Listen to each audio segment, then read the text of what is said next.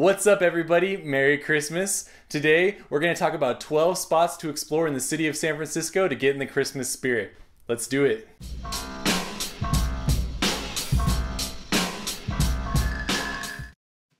My first recommendation is Union Square.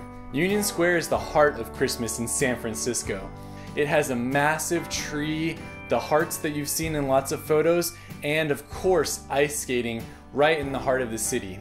It also has two unique streets to check out. One's called Maiden Lane and it leads from the east side of the square. This street is lined with market lights and it's beautiful to walk down. A few streets down from that is what's called Winter Walk San Francisco, and this is where they close an entire city street and allow only pedestrian access during the month of December. And it has food trucks, places to sit and hang out, and you can walk past the storefronts, which have a lot of Christmas related items as well as animals that are up for adoption during this time of the year. My second recommendation is also in Union Square, and that's visiting some of the famous stores. Union Square is the third largest shopping area in the United States, and it has tons of popular stores that go all out for Christmas. Of course, the one you probably already know is Macy's, which is adorned with wreaths and lights on the outside, and where half of the top floor is dedicated to Christmas with ornaments, gifts, all sorts of things you can buy, as well as a place for kids to write letters to Santa and even an option to sit on Santa's lap. Across the street from that is Neiman Marcus, which has a huge 4-story tree right in the window that you can see from the outside and explore from the inside. I recommend going up each of the floors so you get different views of the tree, and if you're looking for a unique romantic experience in the city, you can book a dinner at the restaurant on the top floor, which looks right at the top of the tree. It's really cool. The last store you gotta check out is to head over to the Westfield Mall. The Westfield Mall has a massive dome, and each year they hang an LED Christmas tree upside down. It's a super cool spot that you'll see all over Instagram during Christmas, but it's worth seeing in person as it's much more spectacular.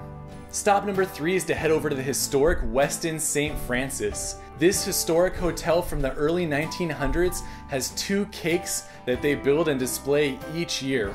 The main cake stands at about 10 feet tall, completely covered in sugar, and it looks like a castle. It even has a motorized train that goes around the base. It's amazing and something you have to see in person. They also have a sweet shop that they open on the weekends that sells cookies, macaroons, those types of things right there in the hotel lobby. Stop number 4 is an event called SantaCon. SantaCon is an event that happens every year in San Francisco and in other cities around the United States, and it's where people descend on the downtown all dressed up like Santa Claus. This is one of those things that you really want to see yourself, as I probably saw 1,000 Santas while I was walking around the city. While it starts in Union Square, you'll see Santas all over the city as they make their way around, going to restaurants and bars and just having a good time. Believe me, seeing a bunch of Santas singing Sweet Caroline is something that you have to experience. Sweet Caroline. Recommendation number 5 is to head to one of the city's historic theaters to see The Christmas Carol. This Charles Dickens classic is performed every year from the end of November through December, with multiple showings on the weekends. It's a fun event for the entire family, but make sure to get your tickets in advance because they do sell out. Recommendation number 6 is to head to the historic Fairmont Hotel in Nob Hill area, where they make a 2-story gingerbread house every year. This gingerbread house is located right in the lobby, and it's made completely of gingerbread. You can walk through it and have tea in the dining room, or just walk around the outside to see a real gingerbread house in person. For my 7th recommendation, head down to the Great Dickens Fair, which is south of the city. The Great Dickens Fair takes over the Cow Palace for 5 weekends from the end of November through December, complete with shops, performances, places to get a drink, and people dressed in the historic clothing. It's one of those things that you definitely want to check out at least once, as it's fun to wander the streets of London, have a buttered rum, and just get in the Christmas spirit. Stop number 8 is to visit one of the pop-ups that happen in the city during the holidays.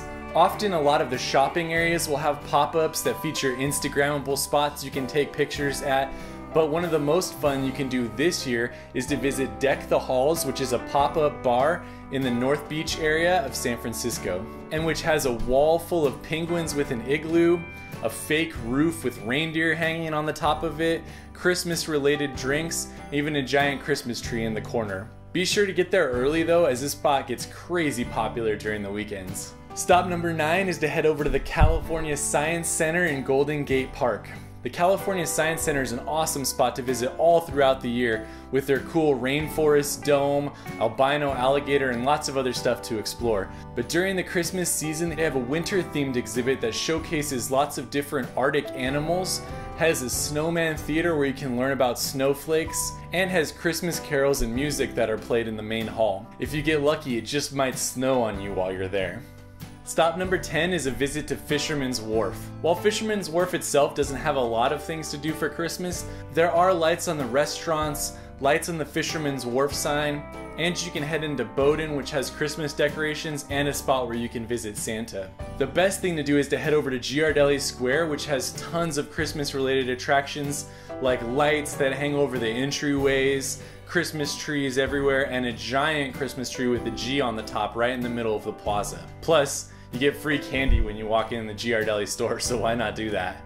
Number 11 is to take one of the city light tours. If you only have a short amount of time in the city and you want to see some of these spots, check out the City Lights tour, which happens via bus, cable car, and fire truck. Grab a ticket from one of the companies that offer them, and then you can take an hour to an hour and a half ride through Fisherman's Wharf, Union Square, and a lot of the other Christmas areas in San Francisco.